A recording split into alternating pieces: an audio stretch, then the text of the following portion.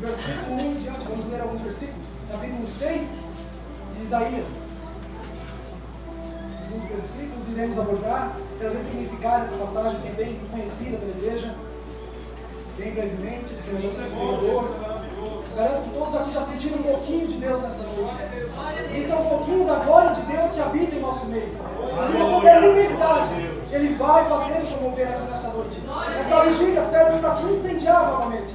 Os hinos vêm falando sobre incendiar, sobre voltar à vida, a avivar. E é sobre isso, sobre essa palavra que eu quero falar contigo nesta noite. Olha que Isaías vai dizer: no ano em que o rei Uzias morreu, eu vi também o Senhor assentado sobre um alto e sublime trono, e o seu séquito enchia o templo. Serafins estavam por cima dele, e cada um tinha 6 asas. Com 2 cobriam os rostos, com 2 cobriam os pés, e com 2 voavam. E clamavam uns aos outros, dizendo: Santo, Santo, Santo é o Senhor dos exércitos. Toda a terra está cheia da sua glória. Agora o 6. Porém, um dos serafins voou para mim, trazendo na sua mão uma brasa viva, que tirara do altar com uma tenaz. E com a brasa tocou na minha boca e disse: Eis que toco os teus lábios, e a tua iniquidade foi tirada, expiado o teu pecado.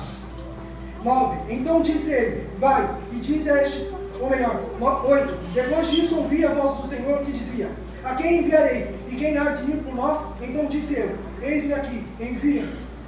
Essa passagem, por várias das vezes, me lembra da nossa geração. Muitas pessoas lá fora olham para a nossa geração e dizem: essa geração não tem mais jeito. Essa geração não é mais avivada, não tem mais jeito. É uma geração, a geração mais fria que já existiu. E eu sou um jovem com pouco tempo de caminhada, e eu arrisco em dizer que a nossa geração é uma geração que vai fazer o inverno estremecer e o céu se abrir. Glória a Deus. A passagem vai dizer que no tempo em que o rei Uzias morreu, a passagem ela está dando um tempo. Só que ele não especifica esse tempo. Por que não especifica esse tempo, Cauê? É porque o tempo que está ali descrito na passagem não é o tempo de Cronos, aquele tempo que a gente mede através do relógio. Não. É o tempo de Deus. Você tem que entender que é um tempo de Deus na sua vida. É um tempo de Deus para cada coisa. Nada acontece fora do tempo de Deus.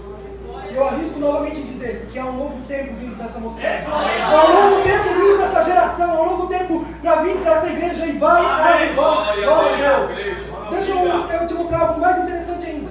É que essa visão só veio a Isaías depois que Uzias morreu. O rei Uzias morreu. E nós temos que entender que nós somos jovens. E que o mundo oferece vários Uzias. Talvez Uzias seja a festividade de carnaval para você. Talvez o Uzias seja o Uzias que está lá na sua faculdade, na sua escola. Talvez o Uzias esteja no seu trabalho. E o que é o Uzias? É aquilo que limita você viver o seu extraordinário. Porque Isaías não teve a visão enquanto o rei Uzias não morreu. Glória a Deus.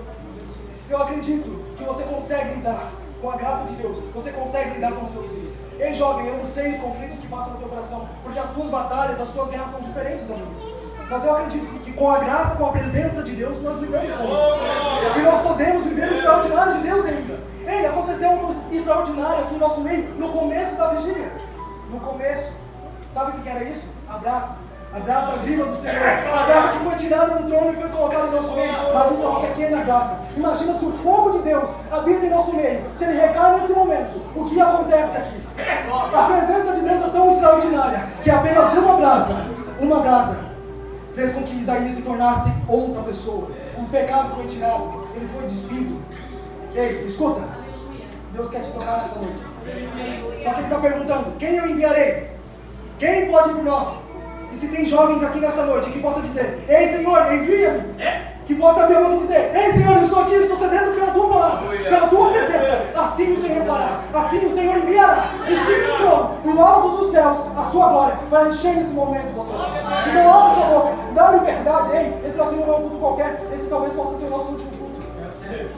Ei, escuta, a sua boca, ela serve para estar aberta, porque enquanto você abre a sua boca, Deus te enche da presença, enche da glória, Ele te capacita. Glória a Deus. Eu acredito que Deus quer falar contigo nesta noite. Por isso eu entrego essa palavra em nome de Jesus.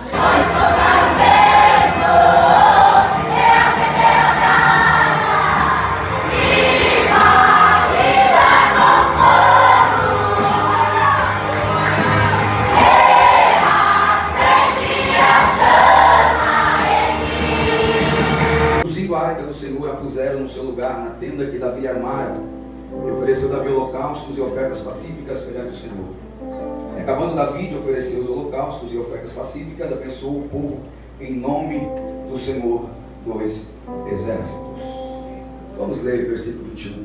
Diz, porém, Davi a Mical: perante o Senhor que me escolheu a mim antes do que a teu pai, e toda a sua casa, mandando-me que fosse chefe sobre o povo do Senhor, sobre Israel, perante o Senhor me tenho alegrado. Amém? Tome teu assento, por gentileza. Fala em vigília. Se fala em presença de Deus, se fala de poder, se fala de adoração, se fala de rendição, se fala de um verdadeiro culto a Deus, fala de sacrifício e outras coisas mais. Querubins, com os seus joelhos dobrados, com as suas asas esticadas, encostando uma nas outras. Era ali que a Shekinah, que a glória de Deus se manifestava quando o sacerdote, ou o sumo sacerdote, oferecia sacrifício a Deus por meio do povo. É bem verdade que dentro dessa arca havia também o vaso de maná, que simbolizava a provisão. Maná este colhido pelo povo quando Deus mandava lá no deserto, quando o povo estava peregrinando rumo a Canaã. Dentro dessa arca também tinha a vara de Arão que floresceu. A vara de Arão simbolizava a autoridade. Mas dentro dessa arca também tinha as tábuas da lei, escrita não por Moisés, porque a que foi escrita por Moisés se quebrou, mas escrita pelo próprio dedo de Deus. Essa arca ela era toda banhada de ouro. Mais ou menos 55 quilos de ouro estava betumada essa arca. E essa arca ela era a autoridade máxima. Ela simbolizava a presença de Deus no meio do povo de Israel. O povo de Israel nunca foi temido por causa do seu poder bélico. O povo de Israel nunca foi temido por causa da sua economia, ou por causa da ciência que havia lá. Não, o povo de Israel, eles eram temidos por causa da presença de Deus. O povo de Israel era temido porque quando eles carregavam a arca de Deus, quando os sacerdotes colocavam ela sobre os seus ombros e carregavam ela, o Senhor Deus trovejava, o Senhor Deus mandava bênção, o Senhor Deus dava vitória para ele diante dos seus exércitos inimigos. E eu já vou abrir um parênteses aqui para dizer para alguém essa noite: você não é temido pelo carro que você tem, você não é temido pela casa que você tem, você não é temido pela posição social que você tem, você não é temido pelo cargo eclesiástico que você tem, você não é temido por causa da sua conta bancária, você é temido por causa da presença de Deus. Porque quando a glória de Deus está sobre a nossa vida, pode se levantar o inferno, pode se levantar homem na terra, mas a presença de Deus nos dá vitória diante de qualquer luta, diante de qualquer situação, diante de qualquer circunstância. É a presença de Deus que faz com que nós venhamos aqui essa noite. A presença de Deus não é um microfone, a presença de Deus não está limitada a uma oportunidade. A presença de Deus paira em nosso meio aqui essa noite. A presença de Deus paira em nosso meio aqui essa noite. Talvez você não sinta a presença de Deus, aleluia, como um arrepio. Talvez você não sinta a presença de Deus como uma brisa suave, mas eu creio que até o término deste culto você vai sentir a presença de Deus. Eu não sei se você vai pular, eu não sei se você vai sentir um arrepio no teu corpo, eu não sei se a brisa suave vai chegar na tua vida, eu não sei se as lágrimas vão ser derramadas pelos teus olhos, mas a presença de Deus você vai sentir aqui, porque o próprio Jesus disse: onde estiver 2 ou 3 reunidos em meu nome, ali eu estou no meio de vós. Nós estamos aqui reunidos no nome daquele que é acima de todos os nomes. Nós estamos reunidos aqui no nome daquele que está acima de todos os nomes. Enquanto nós abrimos a nossa boca, Ele manda bênção recalcada, sacudida, sementida, transbordante sobre esta casa. Porque culto sem a presença, irmão, não tem graça. Culto sem a glória não tem graça. Culto sem derramar uma lágrima não tem graça. Culto sem língua estranha não tem graça. É por isso que eu acredito, aleluia, que a igreja que antecede ao arrebatamento não é uma igreja fria, não. A promessa não veio para os primórdios, a promessa foi para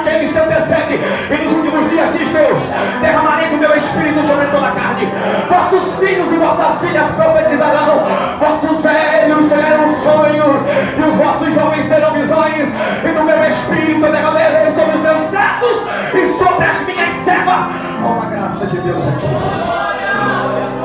Carregar a arca é maravilhoso. Carregar a arca é um privilégio, mas carregar a arca também não é de qualquer maneira. Oh, aleluia. Tem muita gente que quer carregar a arca, mas quer carregar de qualquer maneira. Quer cantar, mas quer cantar de qualquer maneira. Quer pregar, mas quer pregar de qualquer maneira. Quer pastorear, mas quer pastorear de qualquer maneira. Quer ser profeta, mas quer ser profeta de qualquer maneira. E eu vou dizer para você o que acontece com pessoas que querem carregar a arca de qualquer maneira. Lá vai o Felipe Negas. Levaram a arca, mas a Bíblia diz que eles haviam prevaricado. Eles estavam comendo das gorduras do templo. E quem profana contra Deus não consegue ter vitória diante dos seus inimigos. Levaram a arca, e naquela noite, ou naquele dia, melhor dizendo, a Bíblia vai nos dizer que a arca do Senhor, ela foi tomada. Por quê, irmão Gabriel? Porque Ofni e Finéias levaram a arca de qualquer maneira. Oh, aleluia. Quer ser pregador, jovem? Mas só que não fica olhando coisas que não agradam a Deus na internet. Quer ser profeta? Mas não fica acessando coisa que não agrada a Deus. Quer ser levita? Quer ser cantor? Mas santifica a tua vida, santifica a tua alma, santifica o teu coração. Porque só carrega a presença e se mantém vivo quem carrega a presença com santidade. Só carrega a presença e se mantém vivo no campo de batalha quem carrega a presença com renúncia, com vida no altar. Mas quem carrega de qualquer maneira perde a batalha. E foi isso que aconteceu. Ofni e Finéias morreram no campo de batalha. Quantos carregavam a presença de Deus e morreram no campo de batalha? É o que dizia, mas cantava, mas pregava, mas era uma bênção, mas morreu, mas só que caiu, mas desistiu. O que aconteceu? Pode até ser que carregou a presença com vida no altar, pode até ser que orou, pode até ser que jejuou, pode até ser que se santificou, mas só que a vida com Deus, não, o que define a vida com Deus não é o teu começo, irmão. Porque começar bem é uma coisa, terminar bem é outra. Não é quem bem começa, mas é quem bem termina. Tem gente que começa numa humildade tremenda, mas pega uma família e empina o nariz. Tem gente que começa botando a boca no pó, mas começa a pregar bem, já começa a dar valor para cobrar. Tem gente que começa a dar uma palavra, começa a fazer alguma coisinha, já acha que é alguma coisa. Meu filho, você não é nada. Eu vou dizer para você nessa noite, Deus tem plano na minha e na tua vida, mas a honra e a glória pertence a Ele a todo momento. Paulo disse, porque dele, por Ele e para Ele são todas as coisas. E eu vou liberar uma palavra. A minha Bíblia diz que meu Deus resiste o soberbo, mas Ele concede graça aos humildes. Ele concede graça àquele que se humilha.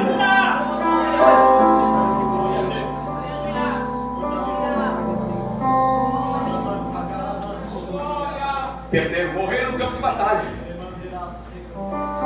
Aí a Bíblia diz que um homem da tribo de Benjamim, ele sai correndo com as suas vestes rasgadas. Ele entra por cidade adentro e começa a gritar, dizendo que a arca do Senhor havia sido roubada. Houve grande alvoroço sobre a cidade. Mas quando ele se depara com Eli, ele estava lá no templo, sentado na sua cadeira. A Bíblia diz que quando ele chega, ele olha para Eli e ele diz, Eli, trago notícias para você. Quais são as notícias? Eu tenho uma coisa para dizer para você. Israel perdeu a guerra. Aleluia. Os teus filhos Ofni e Finéias morreram no campo de batalha. E a arca do concerto, ela foi roubada. Quando Eli recebe essa notícia, o texto vai nos dizer, e ouvindo Eli que a arca do concerto foi roubado, ele já era avançado em idade, era um homem pesado, estava sentado sobre a cadeira. O impacto foi tão grande que ele caiu para trás e quebrou o seu pescoço. Porque ele sabia que Israel poderia até perder uma batalha, ele sabia que os seus filhos poderiam até morrer, mas ele sabia que o prejuízo maior era perder a presença de Deus. Roubada.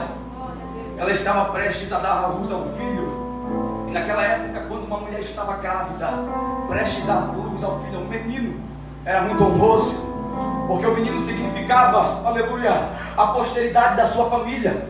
A sua família não iria morrer, daria sequência à sua genealogia. Quando ela recebe a notícia que a arca do Senhor foi roubada, a Bíblia diz que acelerou o trabalho de parto, e ela começou a dar luz ao filho. Oh, bendito seja o nome do Senhor. As mulheres que estavam com ela, quando viram o sexo do bebê, disseram: mulher, te alegra, porque está nascendo um menino. Aleluia. Mas a Bíblia diz que a única coisa que ela fez não foi reagir com alegria porque estava nascendo um menino, mas foi dizer: e chamou-se o menino e acabou, porque foi-se a glória de Deus, a glória de Israel, ela foi roubada. Sabe o que Satanás quer fazer? Ele quer roubar a glória de Deus no meio da sua igreja. Ele quer roubar a glória de Deus dentro do teu coração, dentro da tua vida, porque ele sabe que se tirar a glória de Deus dentro de você, você se torna apenas um ser humano, você é apenas um homem qualquer, você é apenas uma casca qualquer. É a presença de Deus que te dá vida, meu irmão. É a presença de Deus que te dá vida, minha irmã. É a presença de Deus que faz você ter prazer de vir para a igreja, adorar e bendizer o nome do Senhor. É a presença de Deus, nada mais, é a presença de Deus, porque os filisteus sabiam que a maior ameaça da nação de Israel era a arca, era a presença. Perca a presença para você ver, perca a glória de Deus na tua vida para você ver o que acontece com você. Perca a intimidade com o Pai para você ver. Por isso que o apóstolo Pedro disse em sua primeira carta, capítulo 5, versículo 8: sede sóbrios, vigiai, porque o diabo, o vosso adversário, irmão, isso aqui é muito sério, ele anda ao vosso derredor, rugindo e bramando como um leão, procurando a quem possa tragar, na qual eu e você devemos resistir na fé. O diabo não está brincando de ser diabo. O diabo quer tirar a presença de Deus da tua vida. O diabo quer roubar a intimidade que você tem com o Pai, porque ele sabe que se tirar a presença, você se torna apenas um ser humano qualquer vazio, mas com a presença você é uma ameaça para ele. Por isso não perca a presença, não perca a glória. Aleluia. Com Deus de Israel, o Deus da Com, ele é mais forte, ele é mais poderoso do que o Deus de Israel. Aleluia. Aí sabe o que acontece? Era normal eles fazerem culto pela manhã. A Bíblia diz que no outro dia pela manhã, quando eles chegam lá no templo, oh glória, aleluia, estava o Deus da Com rachado pelo meio, prostrado diante da arca. Oh aleluia. Era Deus dizendo para Israel: vocês podem até perder a guerra, mas eu continuo sendo Deus. Vocês podem até perder a guerra, mas eu continuo sendo Deus. Vocês podem até perder a guerra, mas não há Deus como Deus de Israel. Vocês podem até perder a guerra, mas a culpa não foi minha, foi porque vocês quiseram brincar em carregar a minha presença de qualquer maneira. Eu continuo sendo Deus e não há Deus como eu. Pegaram a arca, pegaram uma estátua de dragão melhor. Irmão, se eu trocar as palavras, é por causa do cansaço, mas deixa. Qualquer coisa não chuta aí. Colaram a estátua. Quando colaram a estátua novamente, no outro dia, aleluia, chegaram lá, estava cortado novamente. Aleluia, o Deus da Com, as palmas da sua mão cortada e o seu tronco sobre, aleluia, aquela caixa de madeira que simbolizava a presença de Deus. Oh, aleluia, Deus está dizendo: vocês podem até insistir, mas eu não me prostro para a estátua. Vocês podem até insistir, mas eu não me prostro para nada neste mundo. Vocês podem até insistir, mas eu não me prostro para homem. Vocês podem até insistir, mas eu não me prostro para artista. Vocês podem até insistir, mas só que diante de mim todo joelho tem que se dobrar. Todo joelho tem que reconhecer que apenas eu sou digno e merecedor de toda a honra, toda a glória e toda a adoração. Não bastasse isso, toda aquela cidade foi ferida por doenças secretas e pragas. Pegaram uma arca e disseram: vamos levar para a cidade de Gaza. Lá na cidade de Gaza a arca passou e aconteceu a mesma coisa, um estrago muito grande. Levaram para a cidade de Ascalon. Lá aconteceu a mesma coisa, onde a arca passava, um estrago acontecia. E quando chegou na última cidade, foram 5 cidades que ela passou, na cidade de Ecrom, aleluia, a Bíblia vai nos dizer que os sacerdotes e levitas filisteus chegaram no conselho e disseram: não dá, irmão, não dá para a gente ficar com essa arca, porque essa arca está trazendo prejuízo para a gente, essa arca está trazendo coisa ruim para a gente. Aleluia. Não é que a arca estava trazendo coisa ruim para eles, é porque a arca não foi feita para ficar no território do filisteu. A arca foi feita para estar no meio do arraial do povo de Israel, para o nome do Senhor ser adorado. Não converse com ninguém agora, olhe para mim, por favor. E disseram: vamos lá. Foram até a casa de Abinadab. Quando chegaram na casa de Abinadab, irmão, ele era rei. Ele tinha legalidade para fazer o que ele quisesse. E vinha buscar a arca. Pega a arca aí. Você é rei, você manda. A Bíblia diz que ele pegou a arca, só que colocou dentro, em cima de uma carroça, carros novos. Pegaram 2 vacas que não havia sido colocado jugo sobre a cabeça dela. Davi estava com a intenção boa, mas estava fazendo a coisa errada, porque intenção sem conhecimento é para cair num precipício. Intenção, aleluia, não é o que agrada o coração de Deus. O profeta Oséias disse: o meu povo perece por falta de conhecimento. Conheçamos e prossigamos em conhecer ao Senhor. A intenção de Davi era boa, mas o modo que ele estava agindo não era como Deus queria. Levaram Uzá e Aiô. O interessante é que foi Eleazar consagrado para cuidar da arca. E aqui não é Eleazar que vai adiante, é Uzá e Aiô.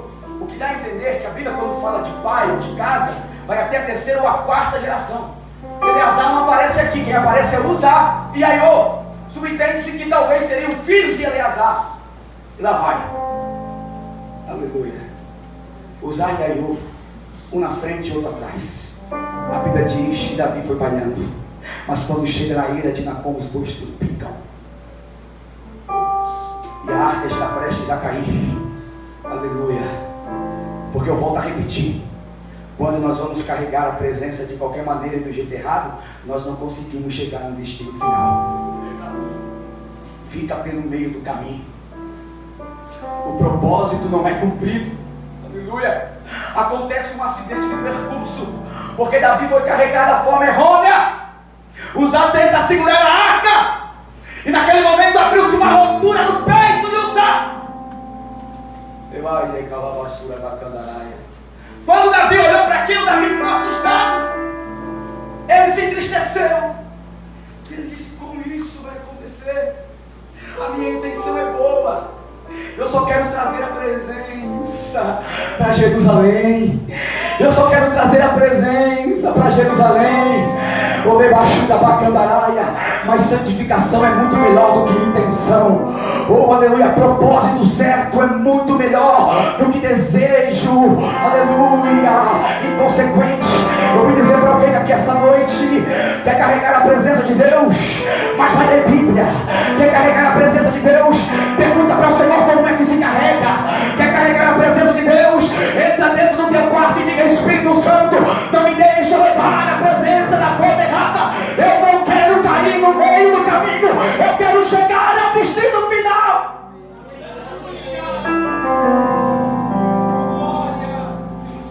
O quê? Rapaz, a casa de Obed-Edom está bombando. A casa de Obed-Edom está um sucesso. A casa de Obed-Edom, Deus está abençoando ele. Deus está, aleluia, fazendo ele prosperar. E o texto diz: e abençoou Deus a Obed-Edom em tudo quanto tinha, por amor da arca do Senhor. Midian Samuel julga o povo depois da arca ter sido colocada na casa de Kiriat Jearim. Saul reina 40 anos, subentende-se que 40 mais 20 dá 60. A arca ficou cerca de 60 anos na casa de Abinadab e nada aconteceu. 3 meses na casa de Obed-edom, o Senhor já começou a abençoar ele. 3 meses na casa de Obed-edom, o Senhor já começou a derramar bênçãos sobre a vida dele. Sabe por quê?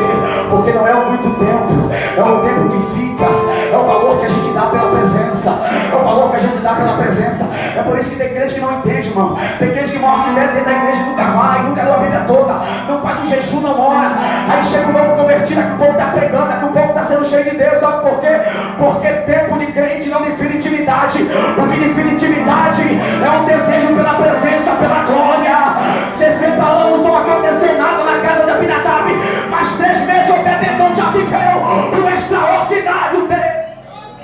Filha, não. Você pode receber uma boa parte aqui, mas o que vai definir a tua vida espiritual é quando você colocar o pé para fora daquela porta ali. Debaixo da bacana,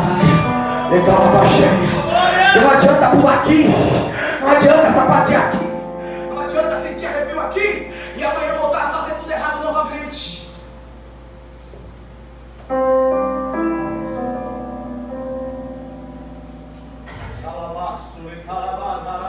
Evangelho não é emoção, evangelho é transformação. Nós estamos agora preferindo mais pregadores que enchem o nosso ego do que pregadores que confrontam a nossa alma. Eu nunca vi Jesus amaciar ego de ninguém. Eu nunca vi João Batista massagear ego de ninguém. Chegaram para Pedro e perguntaram: o que nós devemos fazer para ser igual a vocês? Depois da descida do Pentecoste, ele disse: é só vocês se arrepender. É só vocês se arrepender. É só vocês se arrepender. Sem arrependimento não há transformação.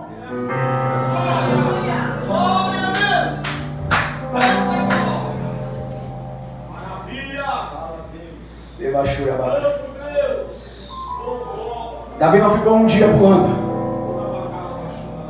Davi não ficou 2 dias pulando. A cada 6 passos ele matava bois e carneiros. Dias.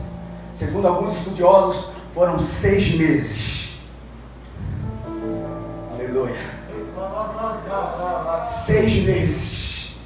6 meses andando, parando e sacrificando. Oh, aleluia.